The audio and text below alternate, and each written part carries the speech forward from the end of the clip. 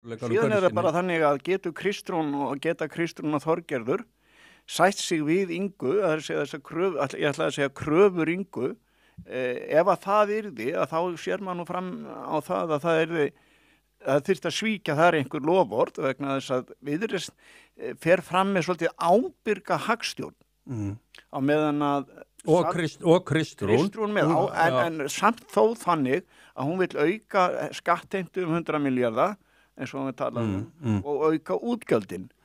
Mér finnst Viðreisn hafa verið svona meira á því að vera að passa söm í fjárlögunum. Nú stofnandinn Benedikt Jóhannesson, hann kemur nú mjög kröftugur inn í feysið í morgun eins og við vorum eins og ég sagði áðan. Já, ef við kannski að kíkja það er bara þannig að hann fer þarna þá yfir það sem heitir hvernig þetta er á sem sagt, við erum að tala um halla á fjárlögum, reyndar afgangur í upphafi þarna þegar að Viðreisn BDF, þá hann fjármálaráðherra, það ekki menn eftir því. En það breytir því ekki að þetta kemur COVID-ið mjög sterkt inn og það segir sér sjálft að þegar að COVID-ið kostaði okkur eitthvað 900 milljarða. Bara þegar að var það svo hátt? Já, ég held ég hef séð tölur það hvað COVID hafi kostað ríkissjóð vegna þess að ríki náttúrulega hélt upp í fleiri launþegum í öllum einkafyrirtækjum. En ég tel að ég hef séð það að ríkið hafi tekið 700-800 eða áætlanir að þetta myndi COVID. Svo verulega tap í tekjum líka. Verulega tap í tekjum og aukin útgjöld og sem merkir þá náttúrulega bara halli og síðan náttúrulega kemur Grindavík núna með 100 milljarða að mista kosti og allt það í kringum það. Þannig en það breytir því ekki að hann að segja hann vísar í teningnum kastað, að þarna segir hann mjög skemmtilega peningunum kastað og hann endar bara á því raunin að segja að það sé ekki svigrúm til að kasta meiri peningum núna.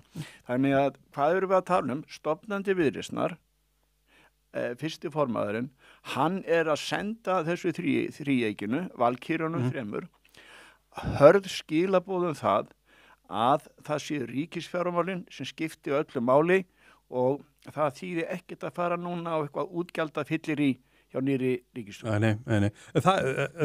Leið þá spyrjum við, hvað verður loforð Flokks fólksins í slíku hugsar? Ég veit ekki hvort að menn geta teiknað inn í framtíðina að þessar kjarabætur sem að Flokkur fólksins til bótaþega sem Flokkur fólksins hefur verið mjög umhugað að kynna og gert að sínu máli, hvort að þær hvort það getur orðið sátt að fresta þeim inn í næstu og þar næstu fjárlög breytingunum. Þetta kom eitthvað stigvaxandi, ég bara fabulera núna. Já, en ef hún gefur algjörlega eftir varðandi að hækka ellilífeyri og örorkulífeyri og það var nú frægt orðatiltæki, hún hefði grátið sen á þing síðast, ekki núna, en það sem í gangi hins vegar að hún hefur talað eins og hún sé að eini bjargvættur ellilífeyrisþega og örorkulífeyrisþega það hefur verið kjarninn í málflutningi. Kjarninn í hennar bara hugsun og stefnu. Já,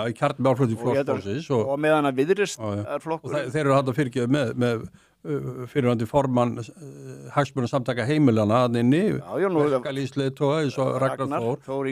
Þetta fólk hefur náttúrulega talað með ýmsum hætti í gegnum tíðina. Talað með þeim hætti að meira segja sprengja upp sprengja upp fjárlög. Það hefur talað meðal annars tala mjög í illæðurinn í garð Ásgeirs Jónssonar og nánast ávítur í hans garð.